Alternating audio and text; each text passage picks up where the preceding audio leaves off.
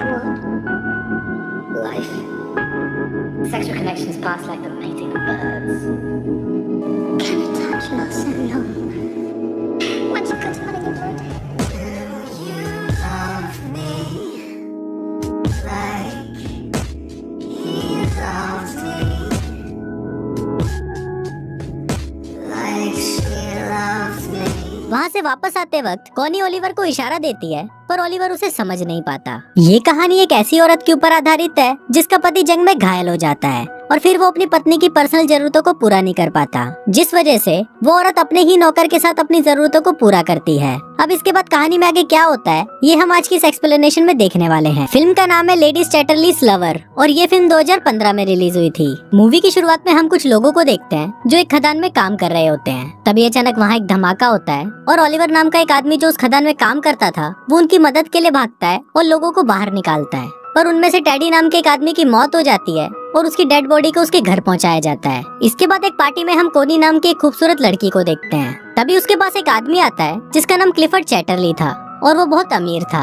अब कुछ देर तक बातें करने के बाद वो दोनों एक दूसरे से इम्प्रेस हो जाते हैं और साथ में डांस करने लगते हैं। लेकिन कोनी के दोस्त डंकन को ये बिल्कुल भी पसंद नहीं आता क्योंकि वो भी कोनी से प्यार करता था। अब इन दोनों की ये मुलाकात प्यार में बदल जाती है और वो दोनों एक दूसरे से शादी कर लेते हैं और शादी के वक्त वो दोनों ये कसम खाते हैं कि वो दोनों एक दूसरे से हमेशा वफादार रहेंगे और कभी भी एक दूसरे का साथ नहीं छोड़ेंगे। अब उन दोनों की मैरिज लाइफ बहुत अच्छी चल रही थी, पर अगले दिन ही क्लिफर्ड को सेना में जाना पड़ता है क्योंकि वो एक सोल्जर था। वहीं जंग के दौरान क्लिफर्ड घायल हो जाता है और उसे वापस घर भेज दिया जाता है। आज क्लिफर्ड घर आ रहा था और सभी बहुत ज्यादा खुश थे और उसका वेलकम करने के लिए घर के बाहर खड़े थे। क्लिफर्ड को देखकर कोनी बहुत ज्यादा खुश होती है, पर तभी हम देखते हैं कि जंग में घायल होने के बाद क्लिफर्ड के पेट के नीचे का पूरा हिस्सा पैरालाइज हो जाता है। अब क्लिफर्ड अपनी हालत से लाचार था और वो सबको थैंक यू बोलकर अंदर आ जाता है। वहीं कोनी क्लिफर्ड को जिंदा देखकर खुश तो हो रही थी, पर वो भी अंदर ही अंदर बहुत दुखी थी। उनकी खुशियों भरी जिंदगी में कभी ऐसा मोड़ भी आएगा ये किसी ने सोचा नहीं था। इसी बात से दुखी होकर क्लिफर्ड खुद को मारने की कोशिश भी करता है, पर तभी कोनी उसे रोक लेती है और वो उसे विश्वास दिलाती है कि वो हमेशा उसके साथ रहेगी। अब इसकी दूसरी तरफ हम ओलिवर को देखते हैं जो अपनी मंगेतर को लेटर लिख रहा होता है। इस बार ओलिवर किसी खदान में काम नहीं कर रहा था, बल्कि इस बार वो जंग में था।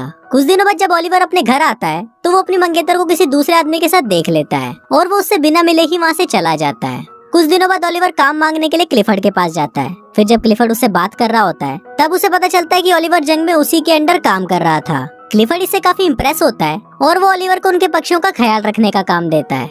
अपाहिज होने की वजह से क्लिफर्ड अपने लिए एक गाड़ी खरीदता है और जब वो उसमें बैठकर घूमता है तो उसे लगता है कि मानो उसके पैर वापस आ गए हैं। फिर एक दिन वो कोनी के साथ ओलिवर के पास जाता है। ओलिवर जंगल में बने हुए एक कॉटेज में रहता था और पक्षियों की देखभाल करता था। वहाँ पहली बार कोनी ओलिवर को देखती है। वहाँ से वापस आते वक्त कोनी ओलिवर को इशारा देती है, पर ओलिवर उसे समझ नहीं पाता। अगले दिन एक मेड कोनी के पास आती है और उसे बोलती है कि ओलिवर अपने कॉटेज की चाबी मांग रहा है। इस पर कोनी खुद उसे चाबी देने के लिए उसके पास जाती है। फिर जब वो ओलिवर के पास पहुँचती है तो ओलिवर उससे ठीक से बात नहीं करता और उसे बोलता है कि आपको ये तकलीफ उठाने की कोई जरूरत नहीं थी।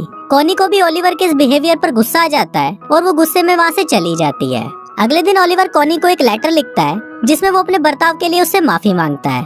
इसके बाद कोनी फिर से उससे मिलने के लिए उसके कॉटेज में जाती है जहाँ ओलिवर अपनी शर्ट उतारकर काम कर रहा था। फिर जब कोनी उसके बदन को देखती है तो उसके भी तन बदन में आग लग जाती है। ये देखकर कोनी खुद को कंट्रोल नहीं कर पाती और वो ओलिवर के पास जाने लगती है, पर तभी ओलिवर भी उसे देख लेता है और अपनी शर्ट वापस पहन लेता है क्योंकि वो कोनी की इज्जत करता था। कोनी को वो जगह बहुत पसंद थी, इसलिए वो ओलिवर को बोलती है कि मैं हर रोज यहाँ पर पेंटिंग करने आऊंगी। इस पर ओलिवर उसे बोलता है कि मैं ये जगह आपके लिए साफ कर दूंगा और मैं किसी और जगह चला जाऊंगा। कोनी उसे बोलती है कि तुम्हें कहीं भी जाने की जरूरत नहीं है और तुम उससे इतना भाग क्यों रहे हो। यहाँ कोनी ओलिवर से गुस्सा हो जाती है और वहाँ से जाने लगती है, लेकिन तभी बारिश आ जाती है इसलिए वो ओलिवर के साथ उसके कॉटेज में चली जाती है जहाँ वो दोनों आग जलाकर खुद को गर्म करने लगते हैं। पर तभी ओलिवर वहाँ से उठ जाता है क्योंकि वो कोनी के इरादे समझ रहा था। कोनी उससे पूछती है कि तुम मुझसे दूर क्यों भाग रहे हो, तो ओलिवर उसे बोलता है कि मैं तुमसे दूर नहीं भाग रहा, बस मैं डर रहा हूँ क्योंकि अगर क्लिफर्ड को हमारे बारे में पता चल गया तो मेरी नौकरी चली जाएगी। अब क्योंकि ओलिवर ने कोनी को गर्म करके ठंडा ही छोड़ दिया था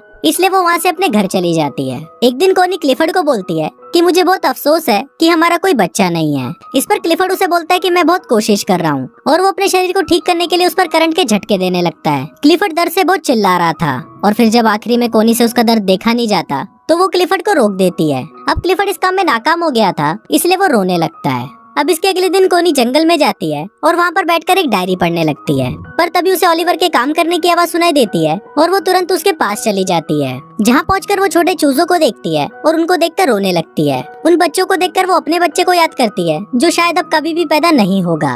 अब कोनी को रोता हुआ देखकर ओलिवर उसके पास आता है और उसे गले लगा लेता है। अब ओलिवर भी कोनी को पसंद करने लगा था, इसलिए वो उसे अपने साथ अपने कॉटेज में ले जाता है, जहाँ वो दोनों घपाघप करते हैं। अब कोनी पूरे दिन ओलिवर के साथ ही रहती है और फिर जब शाम होने को आती है तो ओलिवर उसे घर छोड़ने उसके साथ जाता है। जाने से पहले कोनी ओलिवर से पूछती है कि तुमने जो किया है क्या तुम्हें उसका कोई पछतावा है, जिस पर ओलिवर उसे बोलता है कि नहीं, मैं तुमसे प्यार करने लगा हूँ और अब तुम सिर्फ मेरी हो। उसी रात बहुत तेज तूफान आता है और बादल गरजने लगते हैं। ओलिवर को कोनी की बहुत याद आ रही थी, इसलिए वो बहुत ज्यादा दारू पी लेता है। वहीं कोनी की नींद भी उड़ जाती है और वो भी ओलिवर की याद में सो नहीं पाती। फिर वो खिड़की से ओलिवर के घर की रोशनी को देखती है और वो खुद को रोक नहीं पाती और दौड़ते हुए ओलिवर के पास चली जाती है और उसे जाते हुए उसके घर की एक मेड देख लेती है।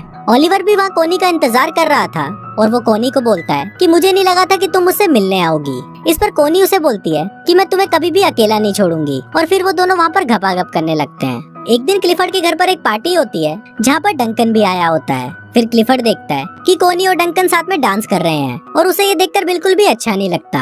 अगली सुबह क्लिफर्ड कोनी को बोलता है कि तुम्हारे लिए तुम्हारे पति से ज्यादा इम्पोर्टेंट एक बच्चा पैदा करना है। कोनी हमेशा से एक बच्चा चाहती थी और क्लिफर्ड को लगता है कि इसीलिए कोनी डंकन के करीब जा रही है। पर इस बात से कोनी बहुत गुस्सा हो जाती है, जिस पर क्लिफर्ड उसे कहता है कि उसे इस बात से कोई फर्क नहीं पड़ता कि तुम किसी से भी बच्चा पैदा करो, बस वो बच्चा मेरा होना चाहिए। अब इस बात से गुस्सा होकर कोनी ओलिवर के पास चली जाती है और उसके साथ घपाघप करती है।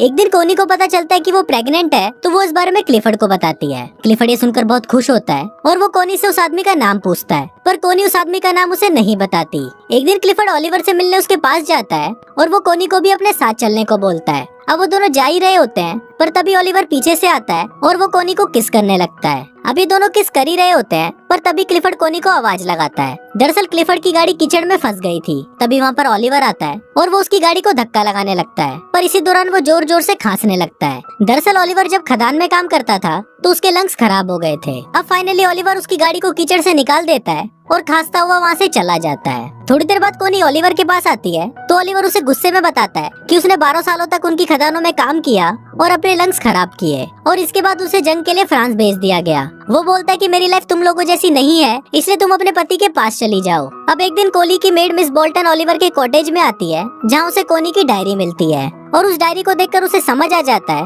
कि कोनी के पेट में जो बच्चा है वो ओलिवर का है। एक दिन क्लिफर्ड आने वाले बच्चे की खुशी में अपने घर पर एक पार्टी रखता है, पर तभी वहाँ पर मिस बोल्टन आती है और वो क्लिफर्ड को बता देती है कि कोनी के पेट में जो बच्चा है वो ओलिवर का है। फिर जब कोनी क्लिफर्ड से मिलती है तो क्लिफर्ड उससे बहुत नाराज हो जाता है। इसके बाद कोनी मिस बोल्टन के पास जाती है और उससे पूछती है कि तुम्हें ये बात किसने बताई, पर इस पर मिस बोल्टन उसे कुछ नहीं बताती। अब कोनी को लगता है कि शायद मिस बोल्टन को ओलिवर ने बताया होगा, पर मिस बोल्टन उसे बोलती है कि उसने उसे कुछ नहीं बताया। अब इस पर कोनी रोने लगती है और वो उसे बोलती है कि मैं ओलिवर से बहुत प्यार करती हूँ। फिर मिस बोल्टन उसके पास आती है और उससे माफी मांगते हुए बोलती है कि जल्दी ओलिवर के पास जाओ वरना तुम्हारा पति उसे मार देगा। ये सुनकर कोनी भागते हुए ओलिवर के आउट हाउस में जाती है और देखती है कि वहाँ पर कोई नहीं था। ये देखकर कोनी रोने लगती है, पर तभी वहाँ पर ओलिवर आ जाता है और उसे देखकर कोनी उसे गले लगा लेती है। इसके बाद हम देखते हैं कि कोनी क्लिफर्ड के घर पर आती है, जहाँ कोनी उससे डिवोर्स मांगती है, पर क्लिफर्ड उसे मना कर देता है और ओलिवर को बुलाने के लिए बोलता है। पर फिर जब ओलिवर वहाँ पर आता है तो वो दोनों आपस में बहस करने लगते हैं